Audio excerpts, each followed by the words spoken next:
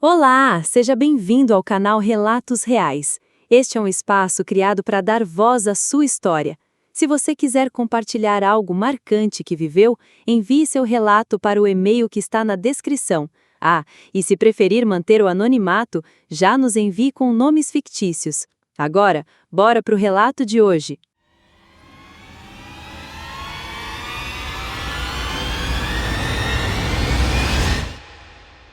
Eu sempre soube que minha mãe era especial, mas o que eu não sabia, ou fingia não perceber, era que dentro daquela casa com 4 quartos, 4 filhos e 4 caminhos completamente diferentes, eu era o único que via nela mais do que uma provedora.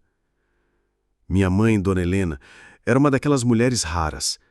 Viúva desde muito jovem, criou 4 filhos praticamente sozinha. Trabalhava feito louca. Assumiu o pequeno negócio do meu pai depois que ele faleceu, uma distribuidora de produtos naturais, e a transformou numa empresa de médio porte, respeitada na cidade e fora dela. Enquanto os outros filhos seguiam suas vidas, distantes, e só apareciam nos almoços de domingo ou quando precisavam de dinheiro, eu era o único que morava com ela. Não por obrigação, mas por vontade. Eu via no cuidado dela uma forma de amor que nunca foi barulhento, mas sempre constante. E, de alguma forma, me sentia em dívida eterna. Meu nome é Caio. Tenho 29 anos. Sou o terceiro filho, pelo menos na ordem de chegada. Acabei não saindo de casa como os outros. Fiz faculdade à noite, trabalhava durante o dia na empresa da minha mãe e, à medida que ela cansava, fui assumindo parte das responsabilidades. Conhecia cada funcionário, cada estoque, cada linha de código do sistema da empresa. E mais do que isso, conhecia minha mãe como ninguém. Ela era daquelas que acordava cedo e dormia tarde, que colocava café na garrafa antes das 6 da manhã e ia até o escritório ver se alguém tinha deixado as luzes acesas. Costumava dizer que quem cuida do que é seu não precisa temer perda. Uma mulher dura, mas de coração mole. Principalmente comigo. Meus irmãos sempre foram diferentes. A mais velha, Laura, morava em outro estado e só vinha em datas comemorativas.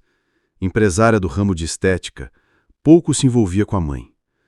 O segundo, Tiago, era advogado. E, embora vivesse dizendo que queria ajudar na gestão da empresa, nunca apareceu de verdade. E o caçula, Vinícius, era o artista da família. Vivia de projetos que nunca terminavam, mas andava num carro que minha mãe financiava e morava num apartamento que ela ajudava a pagar. Era claro, mesmo que ninguém dissesse, que existia uma divisão. Eu era o filho que estava ali sempre, à sombra da minha mãe, o braço direito, e por isso o alvo de pequenos ressentimentos dos outros. Eles não diziam abertamente, mas eu sentia nos olhares, nas conversas atravessadas, como se minha proximidade com ela fosse estratégica. Mas eles não sabiam que ela era tudo que eu tinha. Caio, leva esse chá para mim na sala, ela pediu naquela tarde. Era um sábado. Eu estava atualizando umas planilhas no laptop quando ela apareceu com o rosto um pouco mais pálido do que o normal. Coloquei tudo de lado na hora. Tá tudo bem? Só um cansaço. Deve ser esse calor. Mas algo no olhar dela me preocupou. Ela andava mais cansada, mais esquecida. Às vezes ficava olhando para o nada e depois fingia que estava tudo bem.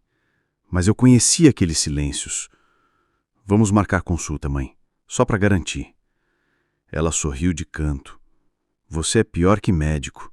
Mas tá bom, vamos. E fomos. Dias depois, o resultado. Um diagnóstico que congelou minha espinha. Insuficiência renal crônica, estágio avançado. Ela tentou manter a calma, fingiu força, mas eu vi no fundo dos olhos dela o medo. E eu senti o meu mundo balançar. Os médicos explicaram que ela precisaria iniciar diálise com urgência e que, a depender da evolução, um transplante seria inevitável. Meus irmãos foram comunicados. Tiago apareceu no hospital com cara de quem acabou de sair de uma reunião. Laura veio 2 dias depois. Vinícius mandou mensagem dizendo que estava em viagem com uma exposição. Eu estava lá, todos os dias. Organizava os remédios, falava com os médicos, cuidava da casa, da empresa, de tudo. Dormia sentado na cadeira ao lado da cama dela. Às vezes ela acordava de madrugada e dizia: "Vai descansar, meu filho. Você já fez muito." Mas eu não achava. Não era suficiente. Nunca seria. A rotina virou hospital e planilhas.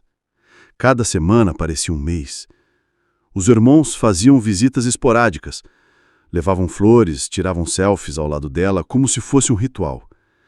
Mas, nos bastidores, começaram as conversas. "A empresa tá no nome da mãe, né?" Ouvi Tiago cochichando com o Lauro um dia achando que eu estava dormindo. "Sim, mas já estou vendo com um amigo para entender como funciona testamento. Vai que..." Ela não terminou a frase, mas o silêncio dizia tudo. Eu engoli suco. Não sabia o que era mais dolorido: a doença da minha mãe ou o desinteresse dos meus irmãos. Mas ela continuava firme. "Não liga para eles, meu filho. Cada um dá o que tem dentro de si. Você tem amor. Isso vale mais que qualquer herança." Eu sorria, mas por dentro doía. Foi nessa época que o médico falou sobre o transplante. Precisamos iniciar testes de compatibilidade. Idealmente, um doador vivo seria melhor. E sendo filhos, as chances são boas. Na mesma hora me ofereci. "Eu quero fazer os exames. Pode agendar." Minha mãe tentou protestar, mas eu insisti. Era um mínimo. Se eu pudesse salvá-la, faria sem pensar. No dia do exame, fui sozinho. Fiz tudo: coleta, análise de tecido, compatibilidade. E então, alguns dias depois, fui chamado para conversar. Entrei na sala achando que falariam sobre agendamento, mas o médico estava com uma expressão séria. "Caio, precisamos conversar. Há um detalhe nos exames que exige sensibilidade." "Não sou compatível, né?" Perguntei, já esperando a resposta. Ele hesitou. E então disse: "Não é só isso. Os resultados indicam que, biologicamente, você não pode ser filho da Dona Helena." Meu mundo parou. "Como assim?" sussurrei. "Você não compartilha marcadores genéticos básicos com ela. É impossível que ela seja sua mãe biológica." Saí do hospital sem chão. Caminhei sem saber para onde. Me sentei num banco de praça. O mundo girava e eu não conseguia respirar. A mulher que eu mais amava na vida não era minha mãe de sangue. Mas então, quem era eu? Os dias que seguiram aquela revelação foram uma mistura de nevoeiro e tempestade. Caminhava pelas ruas como um estranho no meu próprio corpo. Aquela frase: "É impossível que ela seja sua mãe biológica", ecoava em mim como um trovão silencioso. Cada passo parecia falso, cada lembrança frágil. Cada filho que minha mãe me chamava agora soava como um eco inventado. Mas apesar da dor, havia uma certeza que não me abandonava. E eu a amava.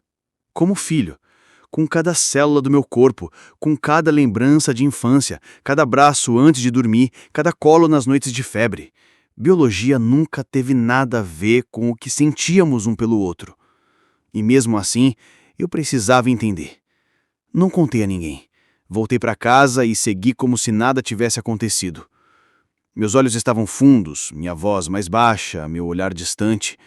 Mas minha mãe já estava internada novamente, em repouso absoluto, monitorada 24 horas por dia. Os médicos decidiram iniciar a diálise enquanto buscavam um doador compatível. Meus irmãos, como sempre, mantinham distância. Apareciam com frequência o suficiente para posar de filhos presentes, mas ausentes de verdade. Era como se cada visita fosse um teatro e a plateia fosse o testamento que, silenciosamente, pairava sobre a cabeça de todos. No terceiro dia após os exames, procurei a papelada do hospital. Revisei tudo, folha por folha, tentando encontrar algo que explicasse. Nenhuma pista. Era óbvio que a única pessoa que poderia esclarecer aquilo era ela. Mas como perguntar a uma mãe, doente, fraca, à beira de um transplante, se ela me adotou e nunca contou? Fui até o quarto do hospital. Entrei devagar. Ela dormia, com a testa úmida, os fios de cabelo colados na pele. Sentei ao lado e fiquei observando por longos minutos. Cada ruga daquele rosto tinha uma história. Cada marca no canto dos olhos carregava mais do que sangue, carregava amor. Mãe, sussurrei, sem saber o que queria dizer em seguida. Ela não acordou, e talvez ainda não fosse a hora de perguntar. No dia seguinte, Vinícius apareceu no hospital. Usava uma camisa com estampa de uma banda alternativa e trazia um energético na mão. Entrou fazendo piada com o cheiro do hospital. Que vibe horrível esse lugar, hein? Parece filme de drama. É porque Vinícius. Nossa mãe tá entre a vida e a morte. Ele encolheu os ombros, como se o drama não o afetasse. Fica tranquilo, mãe é forte. Vai sair dessa e ainda vai organizar outro almoço de domingo para nos reunir. Eu fiquei em silêncio. Era inútil discutir. Tiago também apareceu mais tarde, dessa vez com um envelope na mão. É um esboço de contrato societário, caso ela queira dividir a empresa entre nós enquanto ainda está lúcida. Eu travei. Você tá falando sério? Ué, é o momento ideal. Ela ainda pode assinar tudo sem contestação futura. Melhor do que ficar brigando por partilha. Tiago, ela tá doente, não morta. É justamente por isso. A gente tem que se antecipar. Levantei e saí da sala. Estava começando a me sentir engolido por algo escuro. Não era apenas a descoberta sobre minha origem. Era o ambiente. Era a podridão que se escondia nas intenções dos meus irmãos. Naquela noite, fui ao escritório da casa. Era o lugar onde minha mãe mais ficava quando estava bem. Lá ainda havia arquivos antigos, pastas empoeiradas, anotações manuscritas em agendas velhas. Comecei a vasculhar, sem saber o que procurava exatamente. E então encontrei uma pequena caixa de madeira. Dentro, havia cartas. A maioria era de clientes e amigos. Mas havia uma, amarelada, com uma caligrafia diferente. Estava assinada por uma mulher chamada Cláudia. A carta era curta. Helena, sei que tomei uma decisão difícil, mas confio em você. Cuide dele como se fosse seu. Você é a única pessoa que conheço capaz de dar a ele tudo que eu jamais poderia dar. Obrigada por aceitar esse amor sem exigir nada em troca. Um dia, talvez, ele saiba. Meus olhos se encheram de lágrimas. As mãos tremeram. Havia uma data no topo. 1994. O ano em que eu nasci. Voltei para o hospital com o coração apertado. Aquela carta respondia parte da dúvida, mas criava outra. Quem era a Cláudia e por que minha mãe nunca me contou? Durante a madrugada, minha mãe acordou. Estava fraca, mas lúcida. Caio, você tá bem? Tô sim, nem. Só cansado. Ela apertou a minha mão. Você anda com um olhar distante, como se estivesse segurando o mundo nas costas. Engoli seco. Queria contar tudo. Mostrar a carta, perguntar quem era a Cláudia. Mas só consegui dizer... Mãe, quando tudo isso passar, eu posso te perguntar uma coisa? Ela sorriu, fraca, mas com ternura. Você pode me perguntar qualquer coisa. Sempre pôde. Só espero o momento certo. Assenti. E naquele momento decidi esperar. Mas o tempo não esperaria por nós. Na manhã seguinte, ela foi transferida para a UTI. O quadro havia agravado. Os médicos diziam que era uma corrida contra o tempo para encontrar um doador. Os irmãos agora vinham todos os dias, não por preocupação, mas porque a notícia do agravamento correu rápido e o medo da herança mudar de mãos talvez fosse maior que o amor que jamais demonstraram. Laura chegou com o marido. Tentava confortar os outros, dizia frases prontas como "vamos orar" e "vai dar tudo certo". Mas, por baixo das palavras, eu vi o medo. Você já conversou com ela sobre a empresa? Ela me perguntou. Ela precisa de descanso, não de cláusulas e contratos. A gente só quer garantir que tudo fique organizado. Não, interrompi. Vocês querem garantir que vão ficar com o que querem, só isso. Ela ficou em silêncio. Me olhou como se eu fosse um traidor. mas eu já não tinha mais energia para manter aparências. Voltei para casa e tirei a carta do envelope novamente. Fiquei olhando aquela letra como se fosse uma pista viva de quem eu era. Quem era a Cláudia? E por que, mesmo sendo adotado, eu nunca me senti diferente dentro daquela casa? A resposta era clara, porque Dona Helena nunca me tratou como menos. E naquele momento, mais do que descobrir minha origem, eu queria protegê-la. Era estranho como um nome podia ecoar tanto na mente de alguém. Cláudia. Repeti em silêncio dezenas de vezes desde que li aquela carta. Um nome simples, comum, mas que agora carregava o peso de uma identidade escondida por quase 27 anos. Quem era Cláudia? Por que ela me deu para minha mãe? Por que a escolha por manter tudo em segredo? Eu precisava de respostas, mas ao mesmo tempo temia o que poderia descobrir. A empresa seguia funcionando, aos trancos, com minha supervisão. Eu tentava manter tudo em ordem enquanto passava dias e noites no hospital. A cada hora minha mãe parecia mais frágil, a diálise era desgastante e o cansaço tomava conta dela. Os médicos agora falavam em semanas, talvez dias. Era urgente encontrar um doador. E eu, mesmo não sendo compatível, não conseguia parar.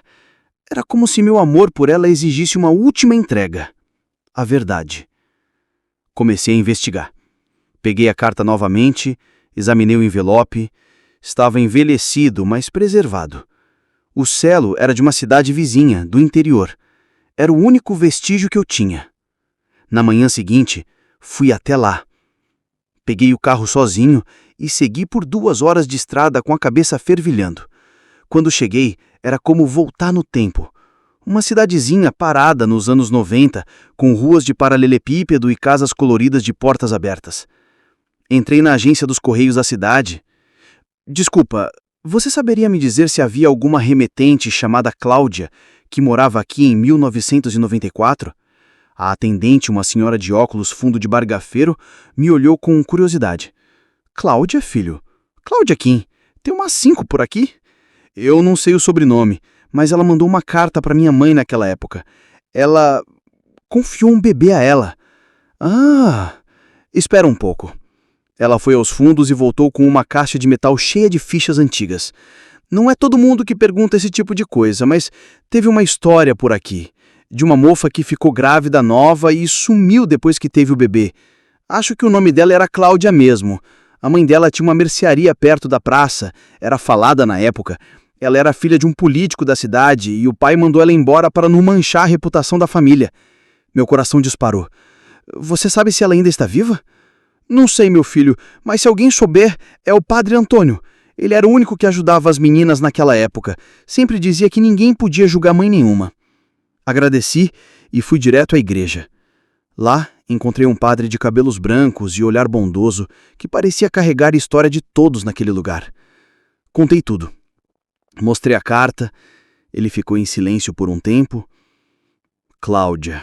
Sim, me lembro dela. Sofreu muito. Foi mandada embora de casa, grávida, sem apoio. Helena acolheu-a. Trouxe-a para a cidade vizinha, pagou um pequeno apartamento para ela. Quando o bebê nasceu, Cláudia entrou em desespero. Não tinha como cuidar. Pediu ajuda da sua mãe e Helena atendeu, sem julgamento, sem exigência. Ela dizia que todo filho que nasce merece amor e todo amor é digno de ser chamado de família. Senti as lágrimas escorrerem. E o bebê era você, Caio. Sua mãe escolheu amar você como se tivesse saído de dentro dela. Nunca vi um vínculo tão puro entre 2 seres humanos. E Cláudia? Ela está viva? O padre suspirou. Mudou-se para a capital anos depois. Tentou recomeçar. Sei que manteve contato com Helena por um tempo. Mandava cartas. Até que pediu para cortar os laços. Dizia que não queria atrapalhar. Anotei o endereço que ele ainda guardava. Era pouco, mas era o início de uma nova trilha. Mas agora eu precisava voltar. Minha mãe precisava de mim. Voltei com a cabeça cheia e o coração ainda mais grato. Aquela mulher que me criou não apenas me salvou. Ela escolheu me amar sem que ninguém a obrigasse. Ela desafiou o preconceito, o julgamento, os próprios filhos. E fez isso em silêncio, com coragem, com ternura. No hospital, fui direto para o quarto. Helena estava acordada, olhando pela janela. Onde você foi, meu filho? Fui buscar parte da minha história. Ela virou o rosto devagar, os olhos marejados. Sabia do que eu falava. Você leu a carta, né? Assenti. Ela fez um esforço para se sentar. Eu ajudei. Eu ia te contar, juro que ia. Mas o tempo passou e você nunca me fez sentir que havia diferença. Eu tinha medo de que, ao contar, algo entre nós mudasse. Segurei a mão dela com força. Nunca vai mudar, nunca. Você é minha mãe. Sempre foi, sempre será. Ela chorou. Eu chorei.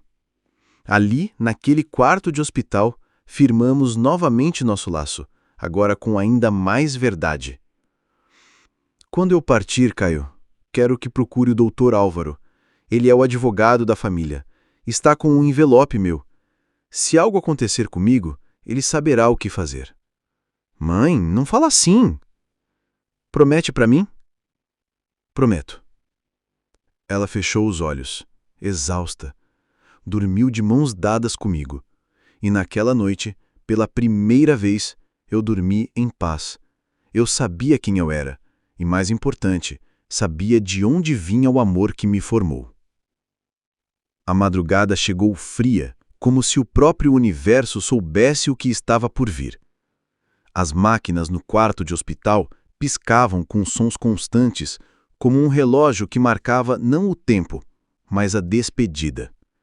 Naquela manhã, minha mãe não acordou como de costume. Permanecia com os olhos fechados, respirando de forma lenta e irregular. Os médicos disseram que o corpo estava exausto, que ela estava em processo de falência múltipla dos órgãos. A diálise já não fazia efeito. Os sinais estavam todos lá. E ainda assim, quando entrei no quarto e segurei sua mão, ela apertou de leve, um gesto pequeno, mas cheio de significado. Mãe. Ela não respondeu, mas seus olhos se abriram por um instante. Me encararam como quem quer memorizar cada detalhe. Fiquei ali, falando baixinho, contando as histórias de infância, lembrando dos almoços de domingo, das vezes que ela me cobria quando eu dormia no sofá, das broncas que vinham com um abraço logo depois. Falei tudo que ainda morava engasgado na garganta. Você me salvou, mãe. Eu nunca vou esquecer disso. Nunca. Foi então que ela sussurrou, com voz quase inaudível. Álvaro. Assenti, enxugando as lágrimas. Eu vou procurá-lo. Pode deixar. Ela fechou os olhos e, pela primeira vez em dias, sorriu. Naquela tarde, os irmãos chegaram. Vinícius apareceu com os olhos vermelhos. Laura chorava alto, como se quisesse mostrar ao mundo sua dor. Tiago permanecia sério, de braços cruzados. O que os médicos disseram? Perguntou Laura aflita. É questão de tempo, respondi, tentando manter a calma. Vinícius sentou-se no chão, encostado na parede. Murmurava coisas como: não tô pronto para isso e não é justo. Pela primeira vez, vi neles algo próximo de vulnerabilidade. Mas talvez fosse tarde demais. Durante a noite, o silêncio tomou conta do quarto. Eu estava lá, segurando a mão dela. Os outros dormiam espalhados pela sala de espera. E então, às 3h47 da manhã, minha mãe partiu. Sem alarde, sem dor, sem palavras. Apenas partiu. Meu coração quebrou em 1000 pedaços. Meus joelhos falharam, mas naquele momento senti também uma paz. Ela descansava. Depois de lutar por uma vida inteira, ela finalmente podia descansar. No dia seguinte, a casa ficou cheia. Familiares distantes, amigos, funcionários da empresa, todos vieram prestar homenagens. O velório foi simples, do jeito que ela sempre quis. Sem luxo, mas com muito amor. As pessoas falavam dela com carinho, com admiração. Helena foi, para muitos, mais que uma empresária. Foi exemplo. Os irmãos, apesar das lágrimas, logo começaram a falar sobre o que viria depois. Precisamos marcar com um contador para avaliar os bens, disse Tiago. E o que vamos fazer com a empresa? Vai dividir entre nós 4? Perguntou Laura. Eu acho que a gente deveria vender, usar o dinheiro e investir, viver uma nova fase. Fiquei em silêncio. Ainda não contara a eles sobre a promessa, nem sobre o Álvaro. Não era o momento. 2 dias depois, cumpri a promessa. Liguei para o escritório do Dr. Álvaro e marquei um horário. Oi, meu nome é Caio, sou o filho da Helena. Ela pediu que eu procurasse você se acontecesse alguma coisa com ela. Claro, Caio. Sua mãe deixou orientações comigo. Pode vir amanhã cedo? Posso sim. Cheguei no escritório e fui recebido com respeito. Dr. Álvaro era um senhor de cabelo branco impecável, com postura reta e olhos firmes. Me conduziu até uma sala reservada, onde sobre a mesa estava um envelope com meu nome escrito à mão. Sua mãe me entregou esse envelope há 3 meses. Ela disse que se partisse era para te entregar pessoalmente. Abri com cuidado. Dentro havia uma carta e uma cópia do testamento. A carta dizia: Caio, se você está lendo isso, é porque chegou o momento de confiar em você mais do que nunca. Você sempre foi meu filho, mesmo que a genética diga o contrário. Você foi o único que me olhou nos olhos com verdade, que esteve ao meu lado nos dias bons e ruins, que cuidou de mim quando nem eu conseguia cuidar de mim mesma. Sei que seus irmãos vão disputar o que deixei, como se tudo o que construí fosse um prêmio. Mas eu nunca construí nada pensando em deixar riqueza. Eu construí pensando em deixar valores. Por isso, tomei decisões que talvez gerem conflitos, mas que você entenderá. Procure o Dr. Álvaro. Ele vai te explicar tudo. E mais do que isso, confie em si mesmo. Eu confio. Sempre confiei. Com amor eterno, Mãe. Fechei os olhos e respirei fundo. O peso da carta era indescritível. E o testamento, doutor? Ele me entregou a cópia. Li linha por linha. Minha mãe havia deixado a maior parte da herança, incluindo a totalidade da empresa, para mim. Os outros 3 filhos teriam direito a uma parte, desde que cumprissem uma condição clara. Deveriam trabalhar por pelo menos 2 anos na empresa, sob minha supervisão, e aprender cada setor antes de receber qualquer valor. Dr. Álvaro explicou. A ideia de sua mãe não era excluir ninguém, era ensinar, dar a chance de cada um valorizar o que ela construiu. Mas ela sabia que só você tinha realmente entendido isso em vida. Eu saí do escritório sem saber como contar aos meus irmãos.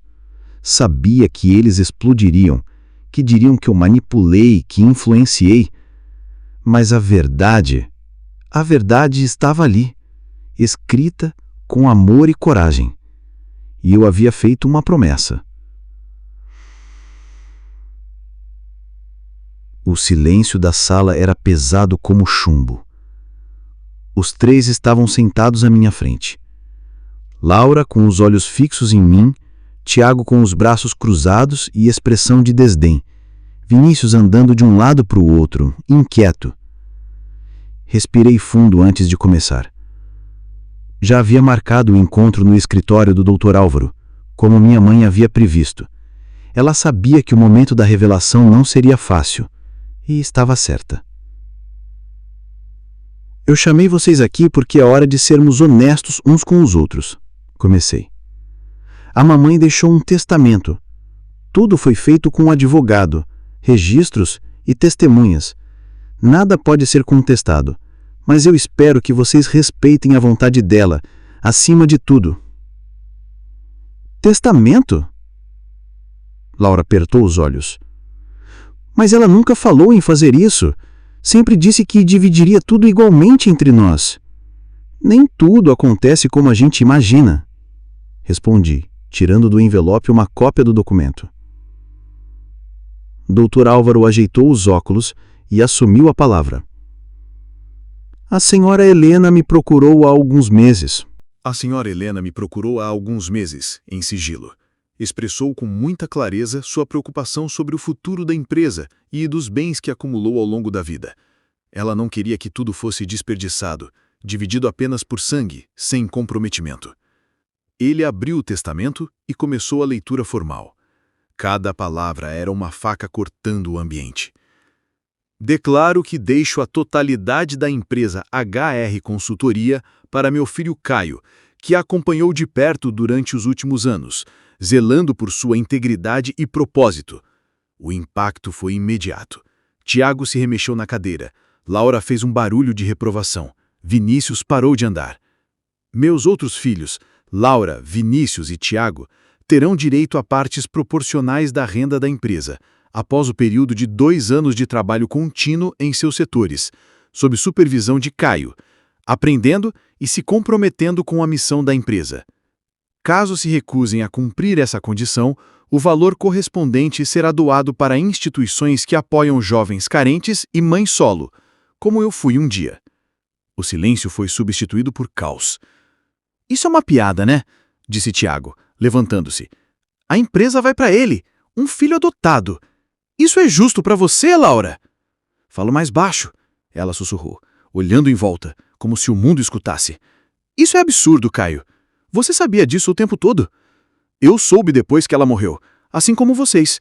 E eu não pedi por isso, mas aceitei porque foi o último desejo dela e porque eu acredito no que ela construiu.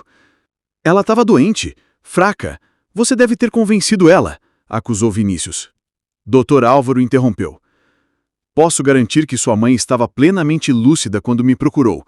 Os documentos têm registro em cartório, exame de sanidade mental e testemunhas. Foi uma decisão racional, pensada e muito, muito dolorosa para ela. Mas ela acreditava que era o certo. Tiago socou a mesa. Laura chorava. Vinícius saiu andando, bufando.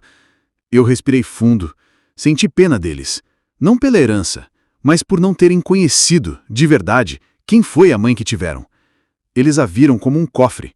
Eu a vi como um coração pulsando, todos os dias, por amor. Vocês podem cumprir a condição. Trabalhar, aprender, evoluir. A empresa pode continuar sendo de todos nós. Só depende de vocês. Trabalhar para você? Zombou Tiago.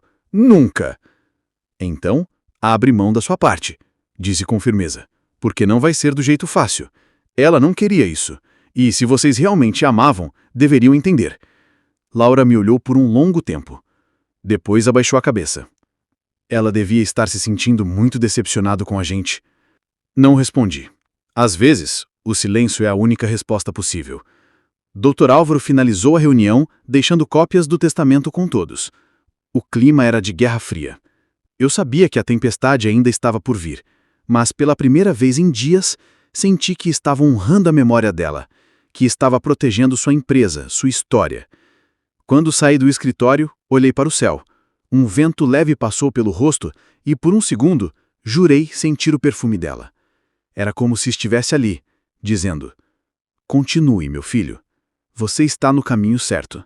Os dias que se seguiram à revelação do testamento foram como caminhar sobre cacos de vidro.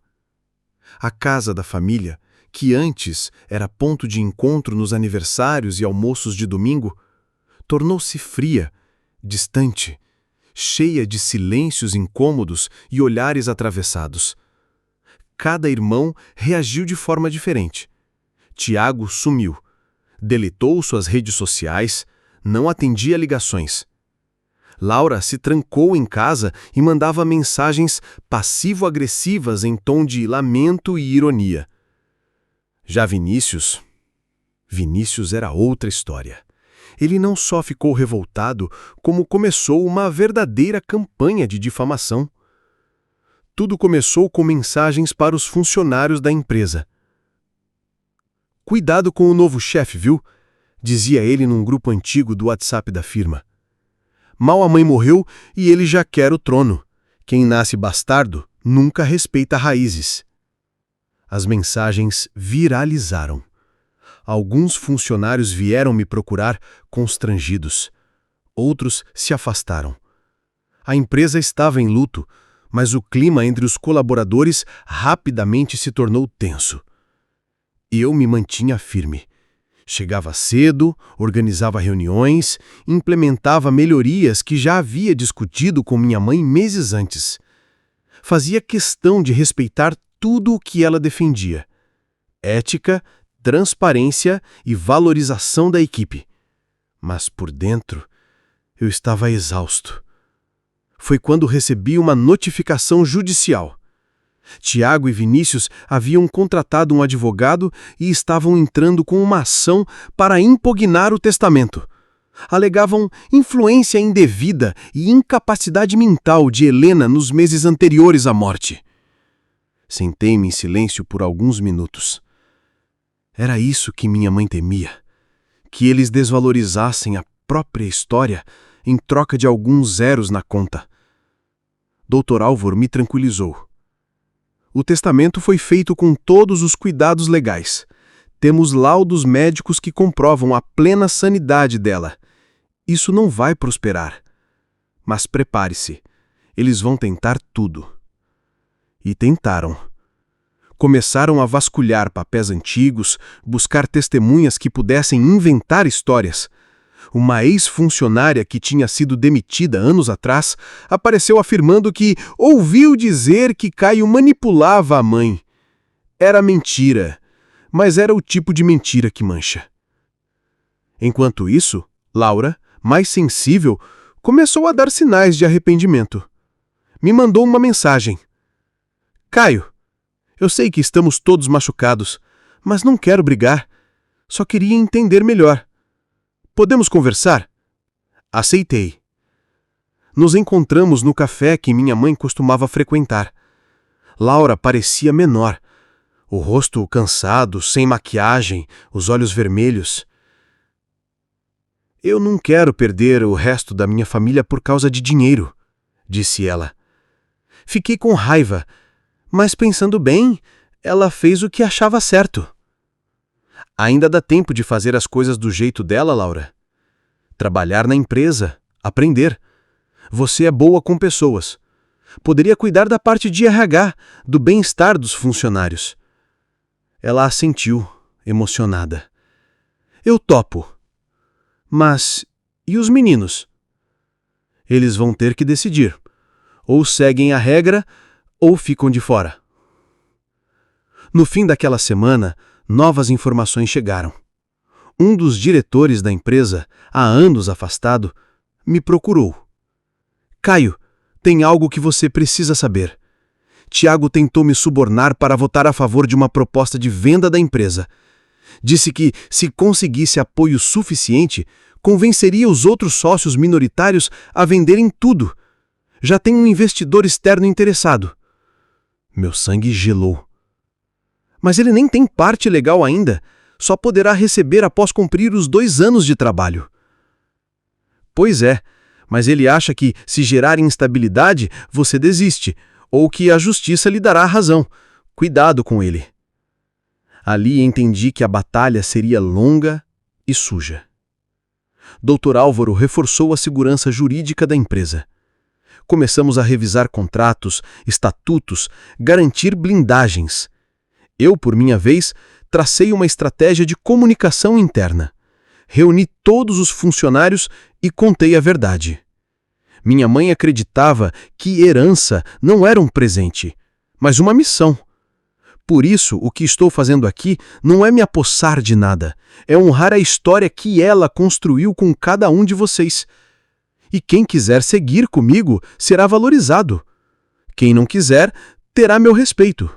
Mas eu vou seguir. O silêncio foi seguido por aplausos.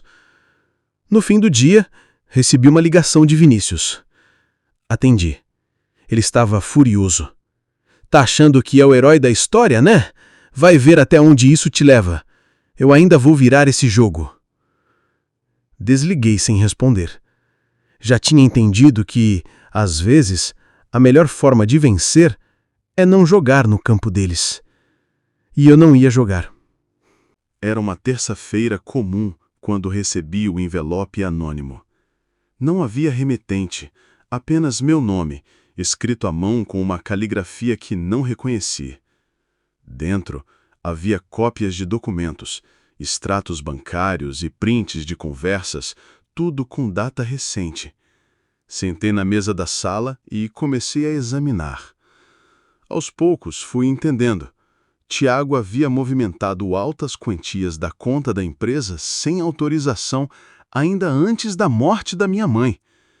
Alguns depósitos foram feitos em contas de terceiros, inclusive uma no nome de uma mulher chamada Lúcia Ferraz, que, depois de uma rápida busca, descobri ser a sócia de uma empresa de fachada. Vinícius também aparecia nos papéis, envolvido em uma negociação para vender parte de uma propriedade da empresa rural, sem autorização, sem escritura, apenas usando influência e manipulação com um cartorário da região. Meu estômago embrulhou. Aquilo não era só ganância, era traição. Procurei Dr. Álvaro no mesmo dia. Temos que tomar medidas legais, disse ele, examinando os papéis. Isso pode ser considerado má-fé, enriquecimento ilícito e, dependendo do que descobrirmos, até falsidade ideológica. A decisão da sua mãe foi mais sábia do que todos imaginaram. Enquanto preparávamos as notificações e as ações legais necessárias, recebi uma ligação de um funcionário antigo, Pedro, que cuidava da manutenção da casa onde minha mãe morava. Caio, posso te mostrar uma coisa? Encontrei algo no porão da casa principal. Estava embaixo de uma das tábuas do piso, dentro de uma caixa antiga. Fui até lá. A casa estava silenciosa, quase como um santuário. No porão, Pedro retirou a tampa de madeira e puxou a caixa. Dentro dela havia várias cartas, algumas fotos antigas e um caderno de capa dura, já desgastado pelo tempo. Abri o caderno e comecei a ler. Era um diário. O diário da minha mãe. Cada página era uma confissão. Sentimentos guardados, dores que ela nunca contou a ninguém. Uma entrada me paralisou. Hoje ele veio novamente. Disse que não queria saber da criança, que eu deveria dar um jeito. Mas como eu poderia? Já sentia esse bebê como meu, mesmo que não fosse do meu sangue. Meu coração disparou. Adotei Caio em segredo. Só eu, o médico e a enfermeira sabíamos. A mãe biológica era uma moça jovem, sem recursos. Pedi que não fosse registrado em cartório como adoção por medo do preconceito. Queria que ele tivesse as mesmas oportunidades que os outros. E, sinceramente, ele era meu filho desde o primeiro olhar. Fechei o diário com as mãos tremendo. Não pelo fato de ser adotado. Isso eu já havia descoberto. Mas pela força e coragem daquela mulher que me deu tudo. Do lado das cartas, havia uma escrita pela própria mãe biológica. A letra trêmula, cheia de emoção. Helena, obrigada por amar o meu filho. Eu o teria perdido de qualquer forma, mas com você, ele teve uma vida. Nunca te esquecerei. Elisa, fiquei ali, sentado no chão de madeira, por mais de 1 hora. Chorei. A dor vinha, não da origem, mas da profundidade do amor que havia sido depositado em mim. Quando me levantei, decidi que era hora de agir, mas também de esclarecer tudo com Laura, que aos poucos tentava se reaproximar. Nos encontramos novamente no café. Preciso te mostrar uma coisa, disse, entregando-lhe uma cópia da entrada do diário. Ela leu em silêncio. Os olhos se encheram de lágrimas. A gente nunca soube. A mamãe nunca falou nada. Ela não queria que ninguém me visse como diferente. E, ironicamente, fui o único a estar ao lado dela até o fim. Laura colocou a mão sobre a minha. Eu sinto muito, Caio, de verdade. Eu não vou deixar os nossos irmãos destruírem tudo. Se quiser, eu te ajudo. Quero sim, mas saiba que pode ser difícil. Tiago e Vinícius vão até o fim. Então a gente vai até o fim também. No dia seguinte, protocolei junto ao jurídico da empresa uma auditoria interna. Começamos a revisar os últimos 5 anos de movimentações. Tiago foi formalmente notificado. Vinícius também. Eles, como era esperado, vieram atrás de mim furiosos. Você não é nada além de um intruso ingrato, gritou Vinícius no saguão da empresa.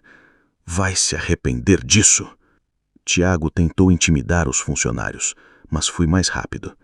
Proibi sua entrada até a apuração dos fatos. O ambiente ficou tenso, mas a equipe demonstrava apoio. No fim daquela semana, Laura se juntou a mim oficialmente. Assumiu o setor de RH. Reformulou programas de incentivo aos funcionários.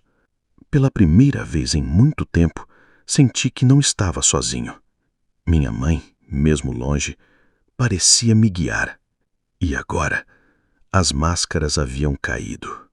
Os dias seguintes à auditoria interna foram os mais tensos que a empresa já havia vivido.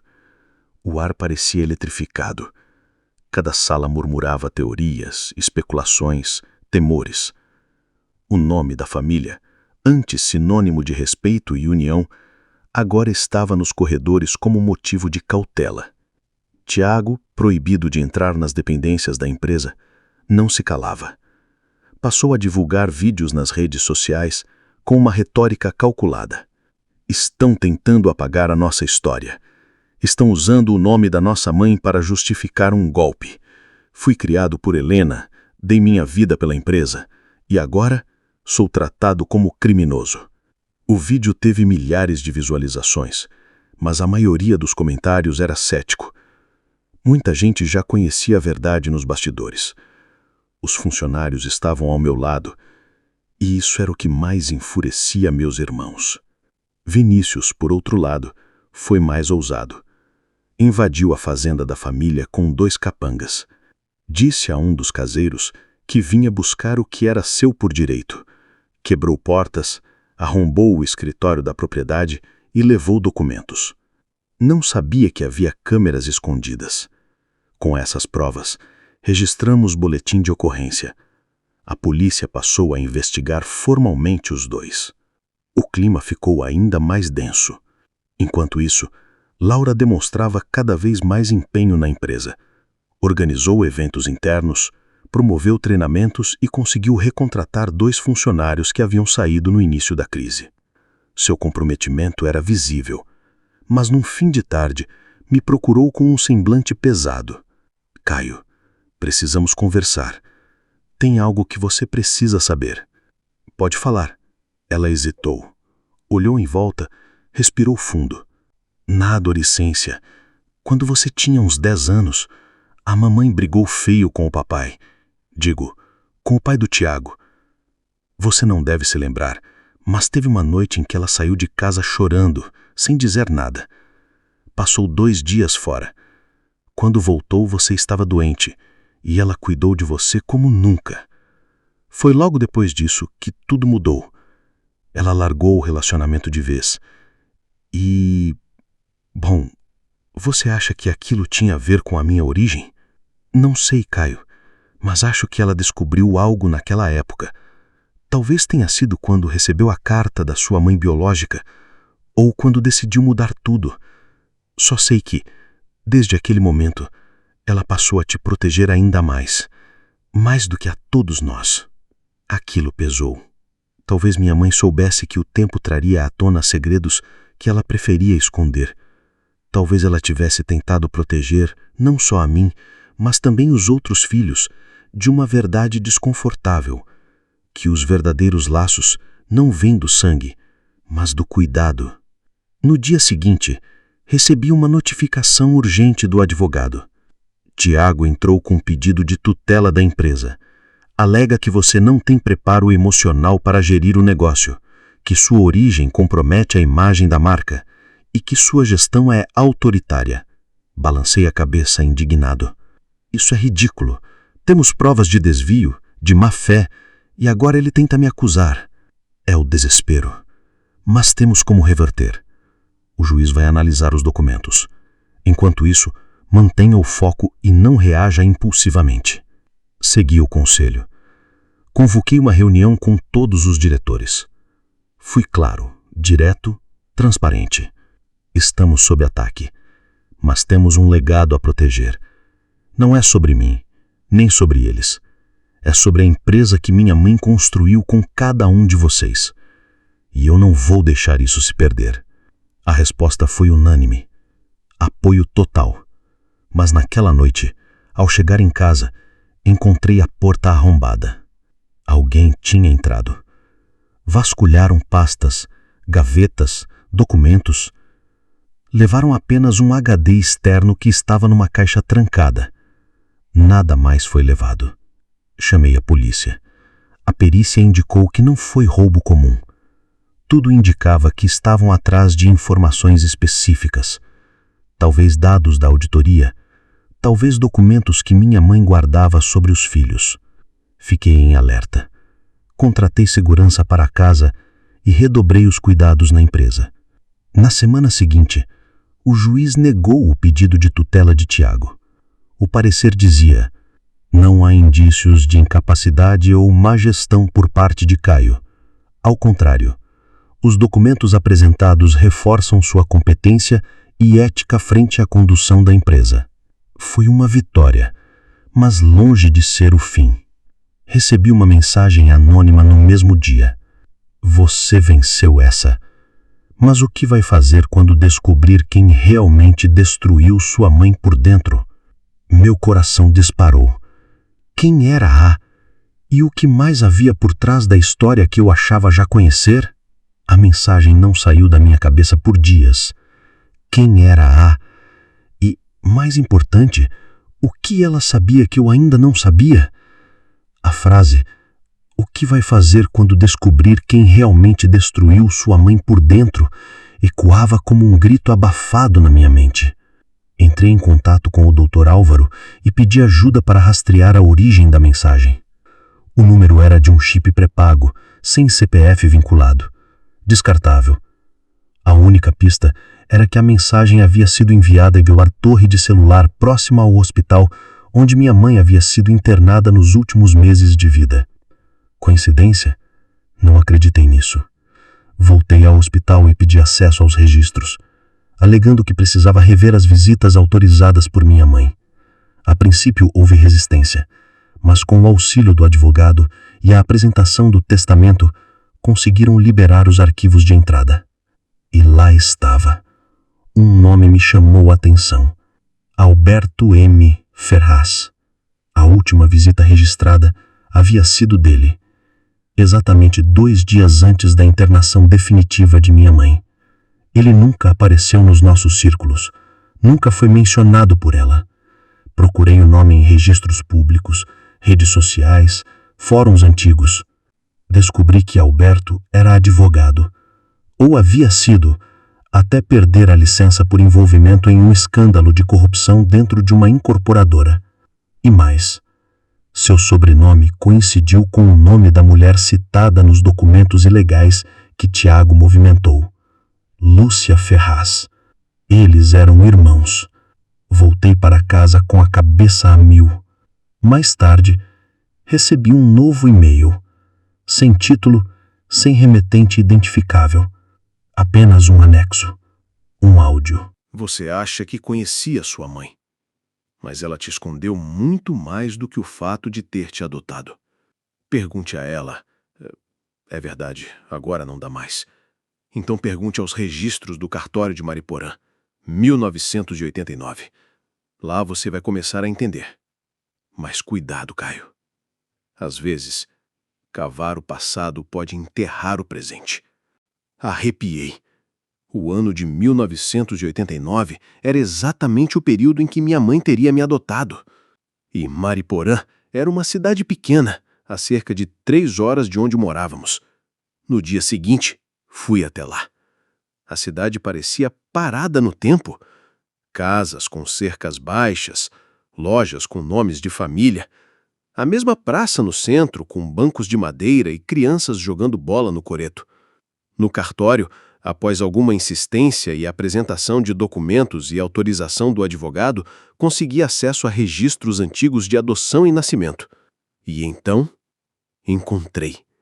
Registro número 524A, datado de 12 de outubro de 1989. Nome da criança, Caio, sem sobrenome original informado. Nome da mãe, biológica, Maria Elisa Duarte Ferraz. O mesmo sobrenome. A mulher que havia escrito a carta para minha mãe era de fato parente direta de Alberto e Lúcia. Mas o que ligava minha mãe a eles? Voltei às cartas guardadas no porão da antiga casa. Relembrei a caligrafia da carta de Elisa. Em um dos cantos da página, com letra miúda e quase apagada pelo tempo, havia algo que na primeira leitura me passou despercebido. Você me prometeu que ele nunca saberia o que fizeram comigo. Que a dor ficaria comigo, não com ele. Fiquei em silêncio por minutos. As peças estavam começando a se encaixar, de forma assustadora. Procurei o Dr. Álvaro novamente. Pedi que investigasse com urgência o histórico judicial envolvendo Elisa e Alberto. 3 dias depois, ele me chamou com uma expressão séria. Caio, não sei como te dizer isso, mas a Elisa entrou com um processo em 1989 contra Alberto Ferraz por violência sexual. O caso foi arquivado por falta de provas. A família dela era pobre e ele tinha conexões fortes. 1 mês depois, ela desapareceu da cidade. E reapareceu com uma criança. Eu. Exato. Minha mãe, ela sabia disso? Tudo indica que sim. O processo foi arquivado, mas ela trabalhou por um período curto num hospital da região em 1989. Temos documentos que confirmam isso. É possível que tenha conhecido Elisa lá. Senti um nó na garganta.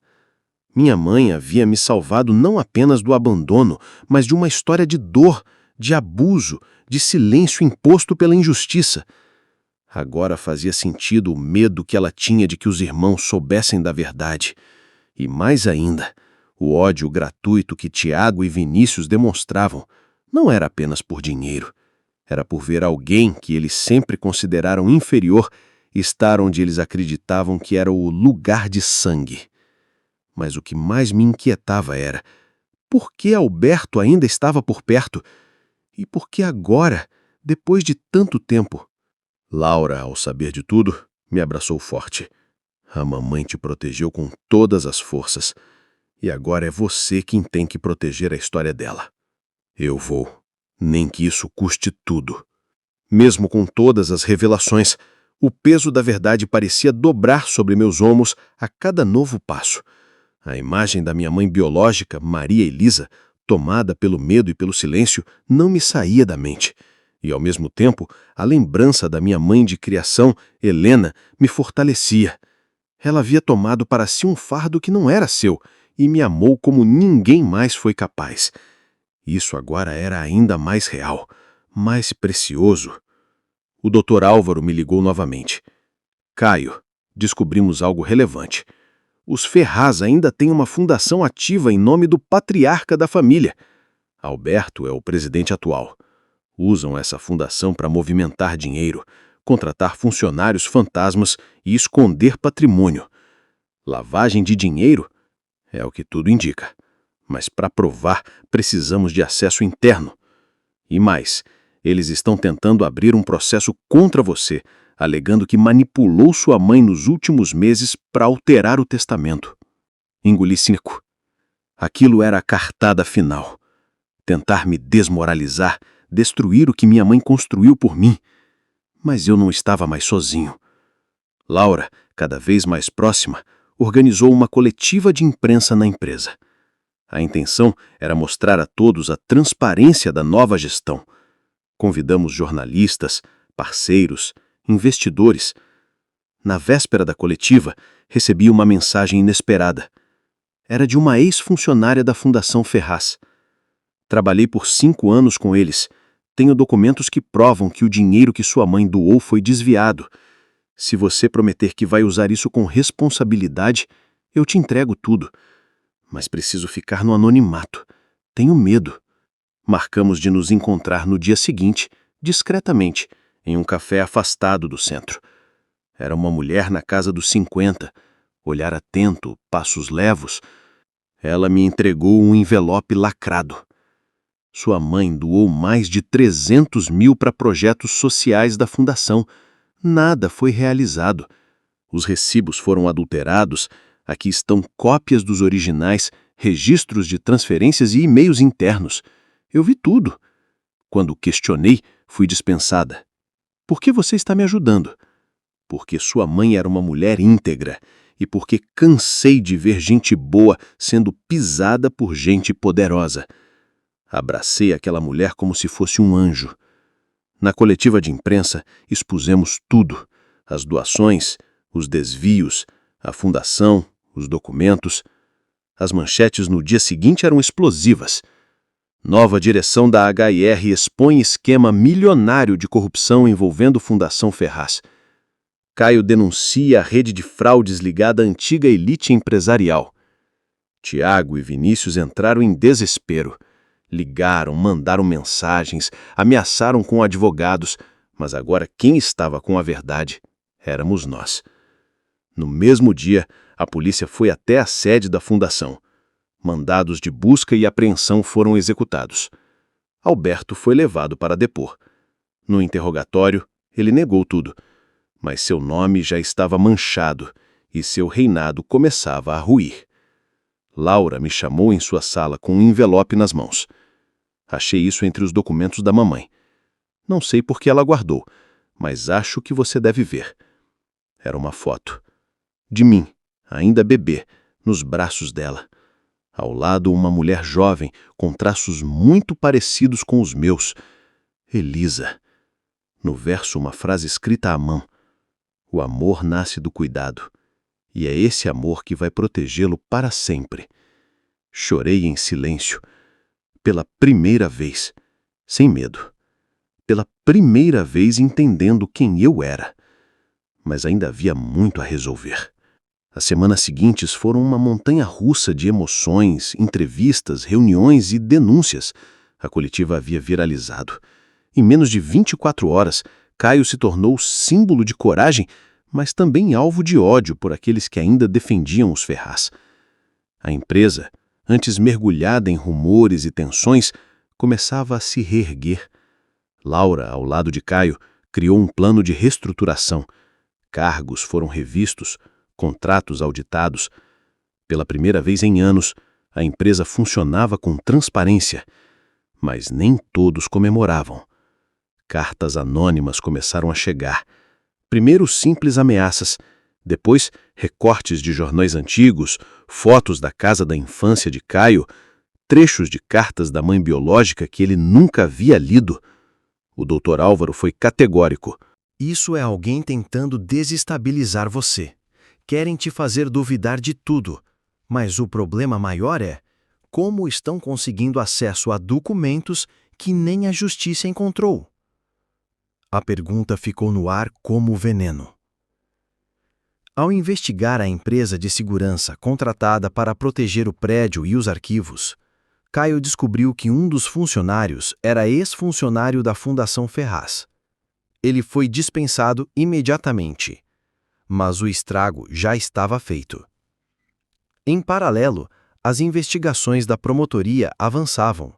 Tiago, mesmo foragido, passou a ser réu em 3 processos por evasão fiscal, falsidade ideológica e coação de testemunha.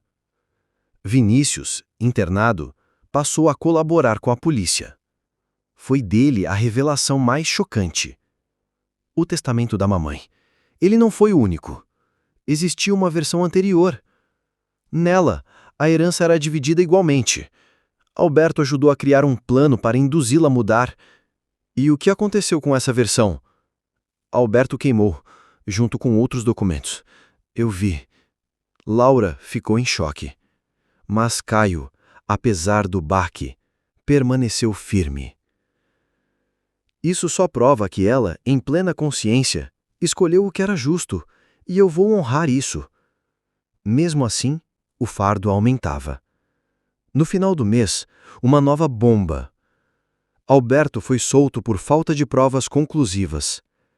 A testemunha que havia denunciado os desvios desapareceu. A polícia acreditava em suborno ou ameaça. Caio passou a andar escoltado.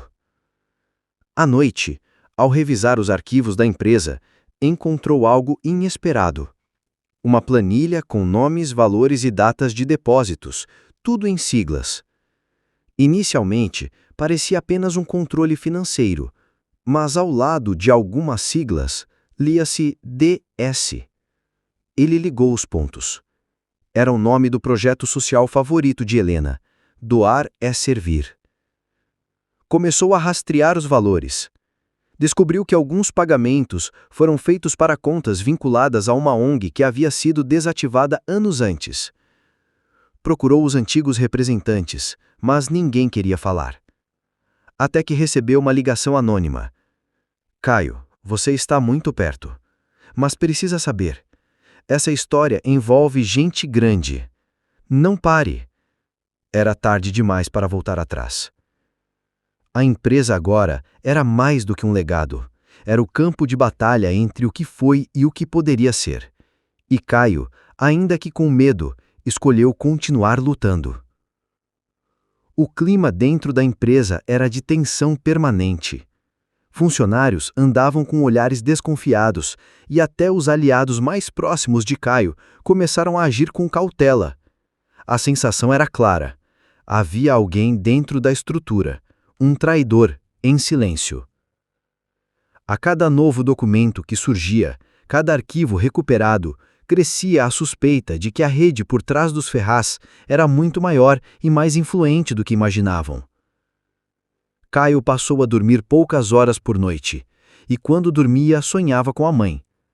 Às vezes ela lhe sorria, em outras chorava sem dizer uma palavra.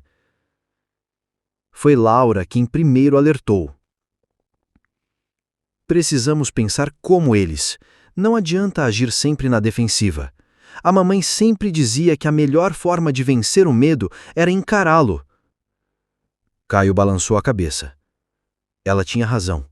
E foi por isso que decidiram montar uma força-tarefa interna, um grupo pequeno, de extrema confiança, para revisar todos os contratos, correspondências e acessos digitais desde o início da administração. Numa dessas buscas, encontraram algo perturbador. Um e-mail arquivado no servidor da empresa, com cópia oculta enviada para um endereço desconhecido, com conteúdo aparentemente inofensivo. Mas ao abrirem o anexo, descobriram um PDF criptografado. Com ajuda técnica, conseguiram descriptografar parte dele.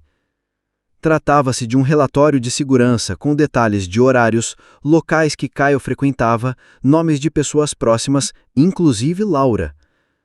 Estavam sendo monitorados. Dr. Álvaro imediatamente envolveu a polícia. O relatório era detalhado demais para ser apenas curiosidade. Era vigilância. E o nome no rodapé do documento digital era familiar. M. Duarte Ferraz. Outro membro da família? Um filho bastardo? Um sobrinho? Ninguém sabia ao certo, mas Caio tinha certeza. Essa pessoa não estava atuando sozinha. Enquanto isso, a empresa começava a sofrer retaliações externas. Fornecedores antigos encerraram contratos alegando pressão de mercado. Investidores começaram a retirar suas cotas silenciosamente. Numa reunião tensa com o conselho, um dos executivos mais antigos olhou para Caio com firmeza. Precisamos decidir se vamos continuar lutando ou se vamos vender a empresa. Ainda dá tempo de sair com algum valor e segurança. Caio respirou fundo. Olhou para Laura e então disse: Não, eu não fui criado para fugir. E minha mãe não construiu isso para ser entregue a quem suja tudo com mentiras. Se tiver que recomeçar do zero, eu recomeço. Mas essa empresa vai continuar sendo dela. E de todos os que acreditam na verdade. O silêncio foi seguido de um tímido bater de palmas. Depois, outros se uniram. Laura sorriu. Mas no fim, aquele dia, ao sair do prédio, o carro de Caio estava com os pneus cortados e um bilhete no para-brisa. Último aviso. Pare. Agora era pessoal. Ele reforçou a segurança. Passou a se comunicar apenas por canais criptografados. Até as reuniões mais simples foram revistas. Dr. Álvaro recomendou que deixassem a cidade por alguns dias, mas Caio recusou. Se eu sumir, eles vencem. E isso, doutor, eu não vou permitir. Na madrugada de sexta-feira, uma ligação de um número desconhecido acordou Laura. Alô? Sua mãe sabia demais. Você também sabe. Se quiser viver para contar, fique fora do caminho. Não estamos brincando. Ela desligou com as mãos tremendo. Caio decidiu agir. No dia seguinte, foi pessoalmente à promotoria e entregou todos os documentos em um dossiê organizado, exigindo proteção legal e que a investigação fosse acelerada. Horas depois, recebeu uma convocação. Uma nova testemunha havia se apresentado. Um ex-funcionário da ONG Doar é Servir, disposto a falar, mas queria conversar apenas com Caio. Eles se encontraram num prédio antigo e discreto. O homem, de rosto abatido e olhar baixo, entendeu uma pasta a Caio. Essa rede não envolve só os Ferraz. Há políticos, empresários, juízes.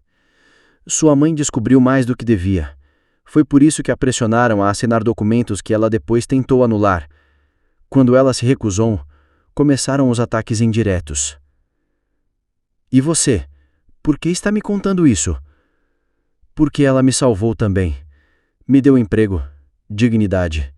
E porque estou cansado de ver gente boa ser destruída enquanto os podres se enriquecem. Caio saiu dali com a convicção ainda mais forte.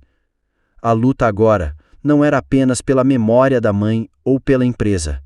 Era contra uma teia invisível de poder e corrupção que se alimentava do silêncio. E ele não ia mais se calar. Os dias seguintes à revelação do novo informante foram os mais intensos da minha vida. A pasta com documentos revelava mais do que corrupção. Mostrava o funcionamento meticuloso de uma rede subterrânea que financiava campanhas políticas e influenciava decisões judiciais e silenciava quem ousava expor suas práticas. Ali, no meio de tantas páginas, havia um nome repetido em diversas transações. M. Duarte Ferraz. Comecei a buscar tudo o que pude sobre ele. Descobri que era sobrinho de Alberto, afastado da família por desentendimentos antigos. Mas agora, claramente estava de volta, e mais atuante do que nunca. Em um dos arquivos anexos, uma planilha com códigos e pseudônimos indicava movimentações financeiras para compra de silêncio, e em uma linha, um valor expressivo ao lado de um nome que me arrepiou: Helena Ribeiro. Minha mãe. Isso foi um suborno? Perguntei ao ex-funcionário. Não, foi uma tentativa. Ela recusou e por isso começaram a persegui-la. Primeiro com processos fiscais, depois com chantagens pessoais. E por fim, com medo. As peças do quebra-cabeça finalmente começavam a se encaixar. A dor virou fúria. A fúria se misturou com a sede de justiça. Mas dentro de mim, uma batalha ainda maior se iniciava. Fazer justiça ou buscar vingança? Laura percebeu minha mudança. Caio, não perca quem você é. A mamãe te criou para ser melhor que eles. E se para derrotá-los eu tiver que me igualar a eles? Então eles já venceram. Essas palavras ecoaram por dias. Foi quando o Dr. Álvaro trouxe uma proposta audaciosa: reunir toda a imprensa, o Ministério Público e figuras influentes do Judiciário em um evento surpresa. Uma coletiva, sim, mas diferente. Será um tribunal moral. A população vai ver tudo. A verdade, os nomes, os documentos. A justiça pode até demorar, mas a opinião pública não perdoa. Isso vai pressionar quem está tentando proteger os culpados. Marcamos o evento para um sábado à noite.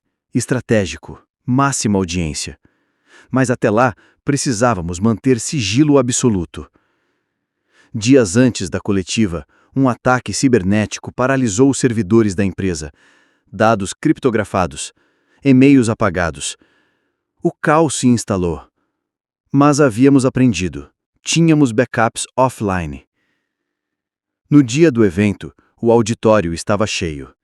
Câmeras, repórteres, autoridades. Eu subi ao palco com a voz firme, mas o coração disparado. Laura ao meu lado.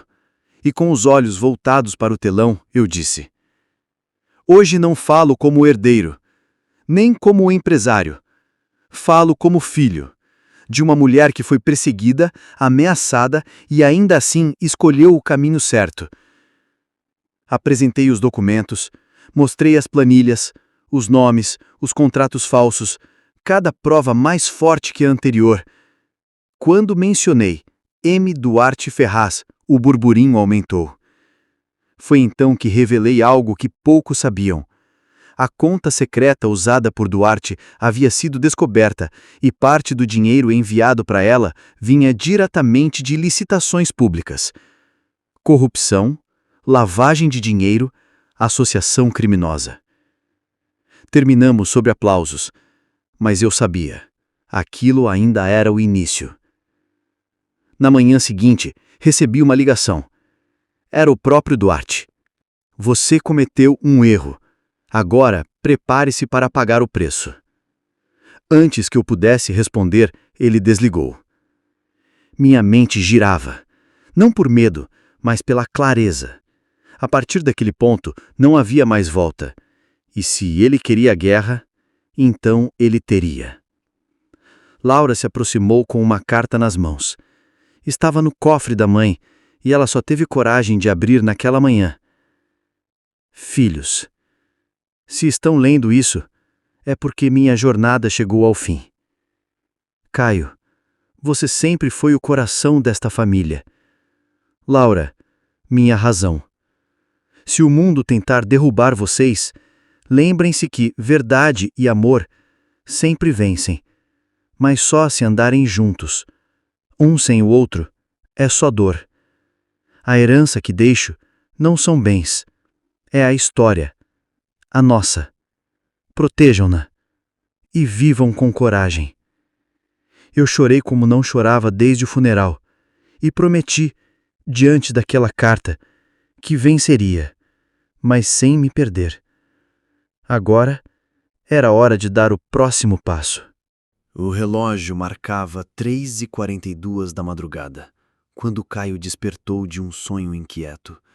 O rosto da mãe surgia em meio a uma escuridão densa, dizendo algo que ele não conseguia ouvir. O quarto estava em silêncio, mas sua mente gritava. Sabia que algo estava por vir, e não podia mais esperar. A ligação de Duarte ecoava em sua cabeça. Agora, prepare-se para pagar o preço. Era mais do que uma ameaça. Era um sinal de que ele estava perto do fim, seja de uma vitória ou de uma queda. Na manhã seguinte, Laura convocou uma reunião emergencial. O clima era de urgência. Caio já não confiava em ninguém além de 3 pessoas: ela, Dr. Álvaro e Rafael, o analista de dados que havia descoberto a movimentação da conta de Duarte. Precisamos derrubá-los de dentro. E rápido, disse Caio com os olhos vermelhos de noites mal dormidas. Duarte não está jogando sozinho. Ele ainda tem aliados dentro da estrutura do Estado. Dr. Álvaro respirou fundo e colocou uma pasta sobre a mesa. Então, é hora de usar a última carta da sua mãe. Todos se inclinaram. Dentro da pasta havia um documento selado. Um dossiê montado por Helena meses antes de falecer. Incluía fotos, prints de conversas, contas bancárias, nomes dos envolvidos e uma gravação em áudio.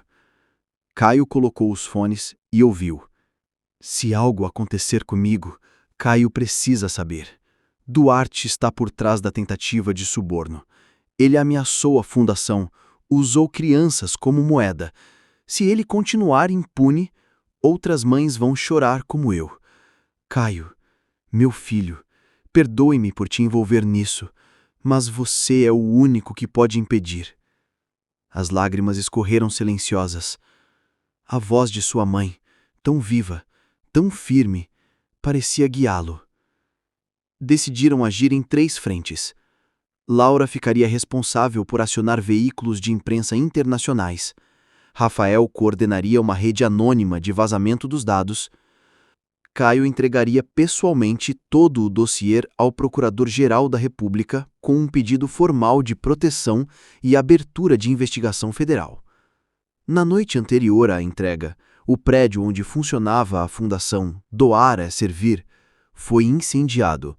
Um ataque direto. Um recado.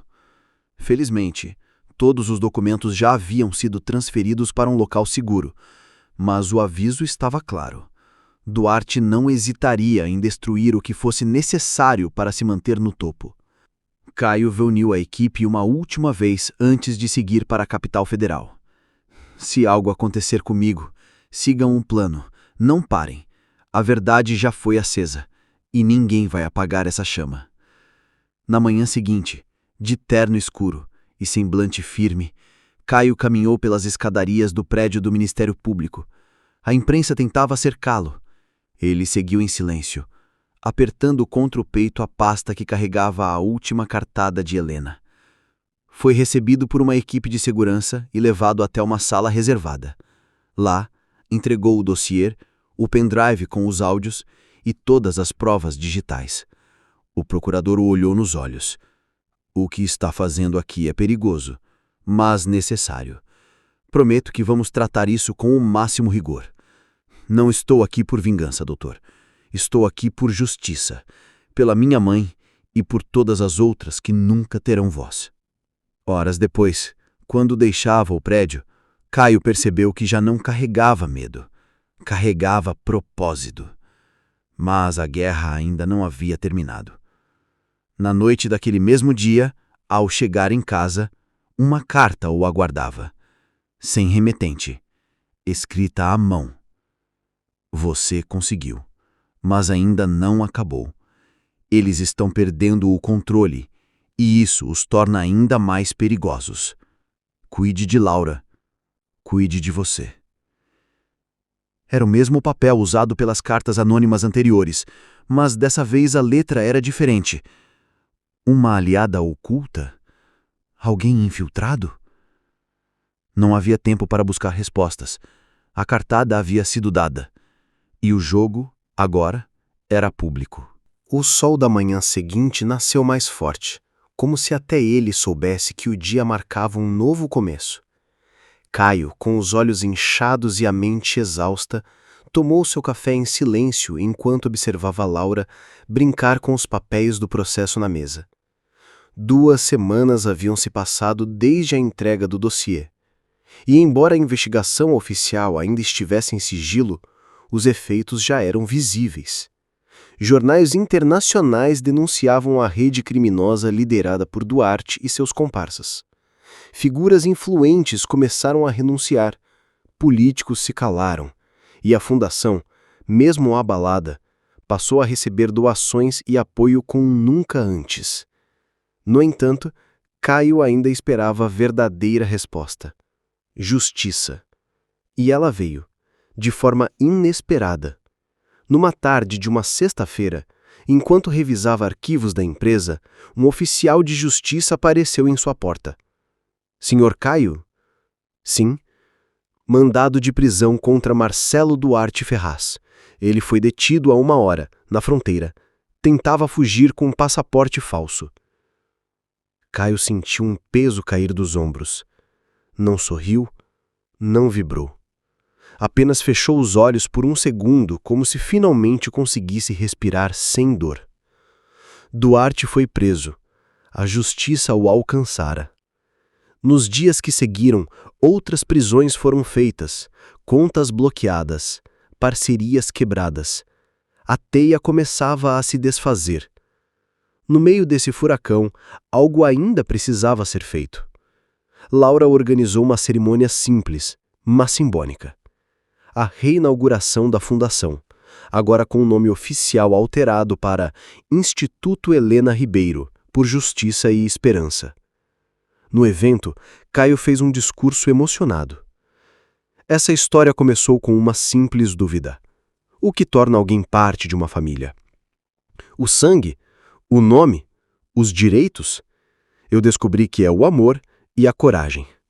Minha mãe não me deu apenas um sobrenome. Ela me deu um propósito. E hoje nós todos estamos aqui para honrar isso. Entre os convidados, uma senhora de cabelos grisalhos se aproximou. Trazia nas mãos uma pequena caixa de madeira.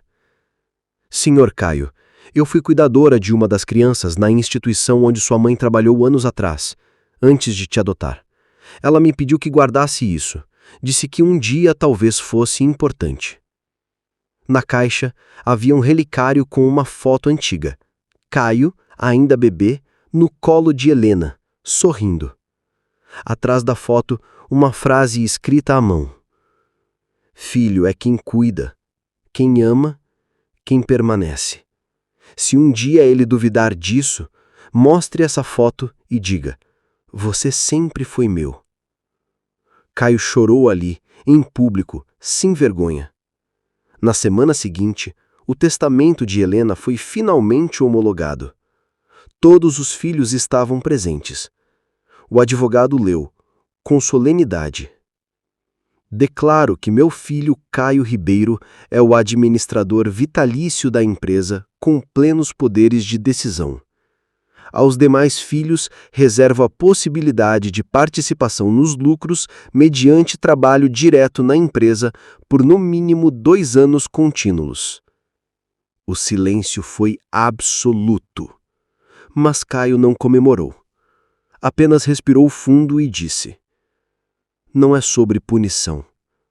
É sobre aprendizado. Todos têm o direito de recomeçar, mas não sem esforço. Os irmãos, mesmo contrariados, aceitaram. Alguns ficaram, outros partiram. E assim, a empresa de Helena continuou viva, mas agora com um novo espírito, ético, justo e humano. Meses depois, Caio foi convidado a dar uma palestra sobre ética empresarial em uma universidade. Enquanto falava sobre a história da mãe, uma jovem levantou a mão. Senhor Caio, o que o motivou a continuar mesmo quando tudo parecia perdido? Ele pensou por um instante e respondeu: a voz da minha mãe, sempre me dizendo: você não é meu sangue, é meu coração. O auditório ficou em silêncio, e então uma salva de aplausos ecoou por todo o espaço. Bom, esse foi o meu relato. Uma história que carrego no peito, marcada por dor, descobertas e, acima de tudo, amor. Agradeço profundamente ao canal por dar voz à minha história e por narrá-la com tanta sensibilidade e verdade. Se você chegou até aqui, meu sincero obrigado por me ouvir. Espero que, de alguma forma, essa jornada possa te inspirar, te tocar, ou ao menos te fazer refletir sobre o verdadeiro valor da família.